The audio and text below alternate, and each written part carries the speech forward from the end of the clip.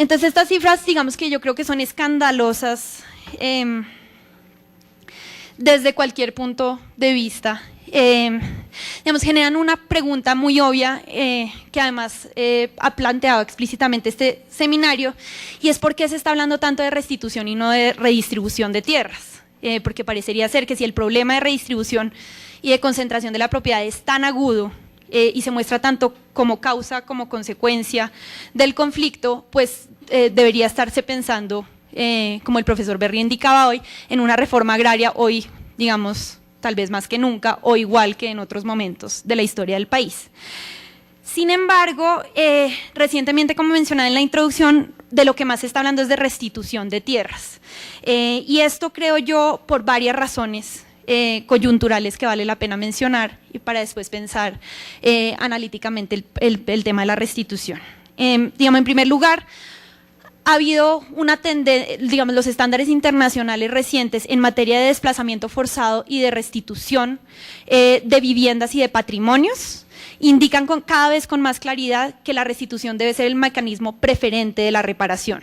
Entonces, los estándares internacionales de violaciones a los derechos humanos y graves violaciones al derecho internacional humanitario ya hablaban del derecho a la reparación integral como un derecho importante y autónomo de las víctimas. Ahora, estos estándares lo que añaden, y son estándares fundamentalmente contenidos en los principios DEN y en los principios de Piñeiro, que son de restitución, están diciendo es que la reparación en el caso de tierras perdidas y en particular de tierras de personas desplazadas no debería darse por cualquier mecanismo, sino que se debería privilegiar la restitución. Y ello se explica, digamos, por varias razones, pero dos al menos son importantes. La primera es que la restitución genera una solución posible al problema de retorno.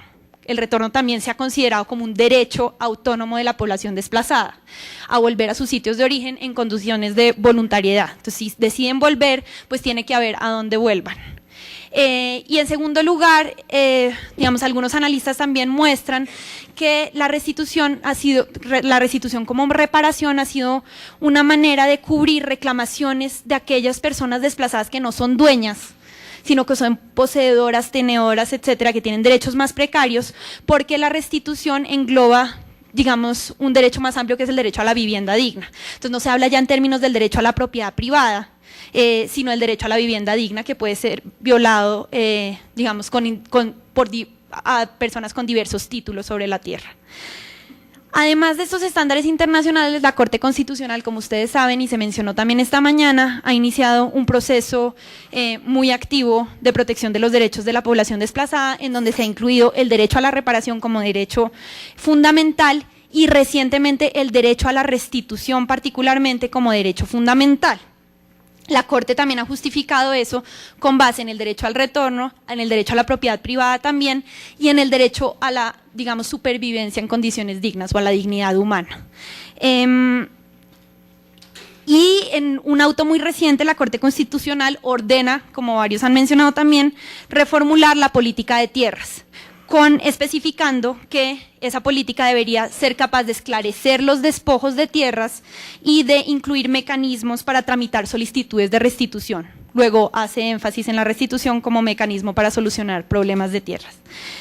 Y en tercer lugar, creo que es importante, como mencionaba en la introducción, ver que hay un consenso, al menos en apariencia, que antes no existía, entre defensores de la restitución, digamos, ab inicio, como las organizaciones de derechos humanos y las organizaciones de víctimas, y el gobierno, que fue muy reticente durante mucho tiempo a la opción de restitución, digamos, a otras formas de reparación también, pero a la opción de restitución y el problema de tierras en general. Ese consenso se ve materializado en el hecho de que el capítulo de restitución de tierras que está aprobado en la última versión del proyecto de ley de víctimas fue propuesto por el gobierno, digamos que fue apoyado por una consultoría que el gobierno pidió para el efecto.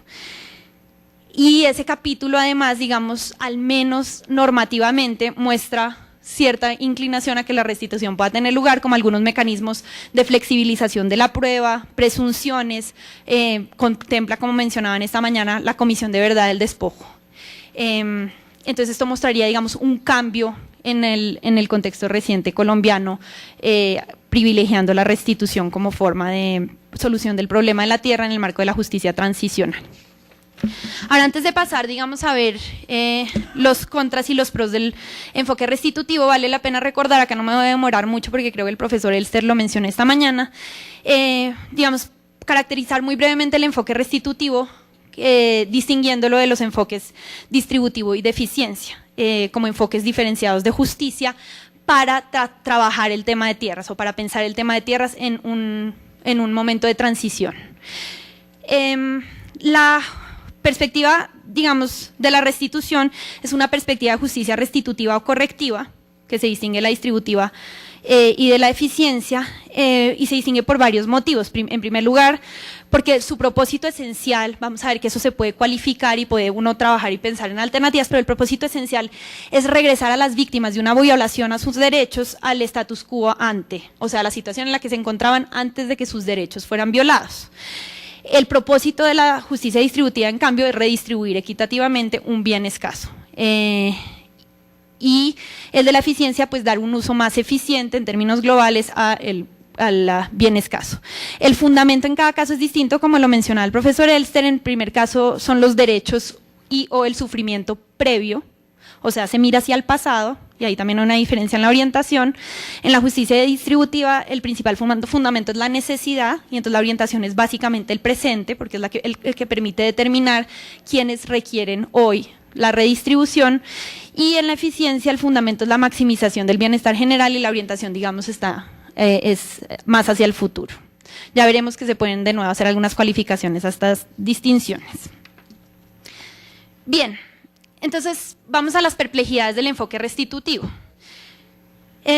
Digamos, parecería ser que el enfoque restitutivo es impecable desde un punto de vista correctivo. O sea, si uno lo que quiere es reparar una violación a un derecho humano, y la fuente de esa violación está en el daño que a uno se le causó, ¿verdad? Y particularmente cuando el daño es de contenido material, pues parecería ser que para corregir lo mejor es devolver la cosa que se perdió.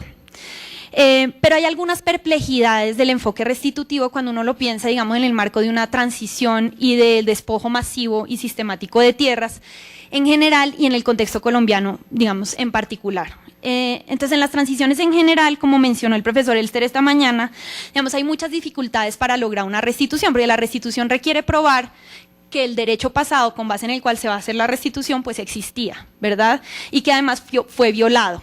Fue violado mediante un acto ilegal que amerita, digamos, una sanción o amerita o justifica la restitución.